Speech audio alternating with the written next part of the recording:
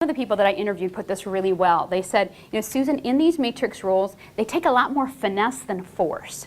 So a lot of people, when they would express to me in kind of their biggest matrix disaster, it was all of those times when they just tried to force a decision down somebody's throat. They just tried to force a change in behavior, and they tried to the hard sell, etc.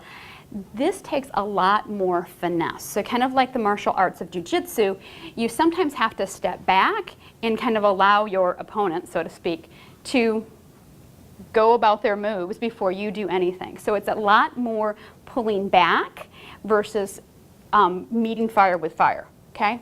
So it's much more finesse than this. So my favorite example of Jiu-Jitsu in action is I was interviewing, I can remember the exact spot where I was in this restaurant interviewing this gentleman who was a former GM of a business.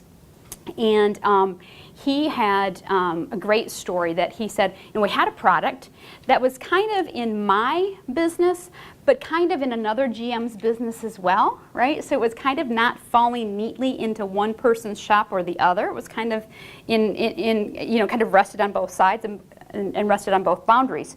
And he said, so it's getting closer and closer to your end, and I'm a sales organization, so where do we put product sales? Because our salespeople are incented on the sale of these products, so at some point we're going to need to figure out, is that product in your shop or is it in my shop? Because ultimately it's going to hit everybody's wallet.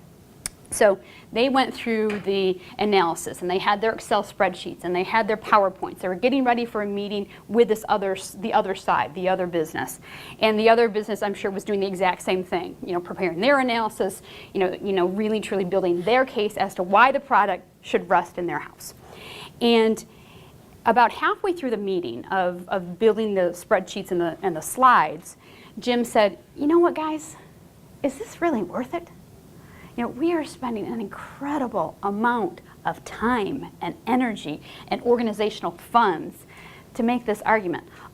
In the end, we're all one company, and in the end, it's all one stock price. And if we do well, we all do well. He's like, let's just give it to him.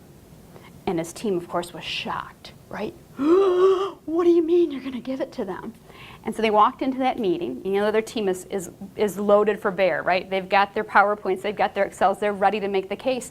And Jim walked in and said, you guys can have it. And again, you know, that completely gets them off their rudder, right? And they're all of a sudden they're a little bit back on their heels. And he said, ultimately, we landed in the right spot. And he goes, and my team got to be known as the reasonable ones, the people that were great to do business with, and the people that others wanted to partner with. And so in the end, they really did win the battle, or the war, or whatever that is, by Jiu-Jitsu, okay? By kind of stepping away and saying, go ahead, you take it. And a lot of times in matrix work, you have to do that. You have to kind of step away from it. It's not always forced.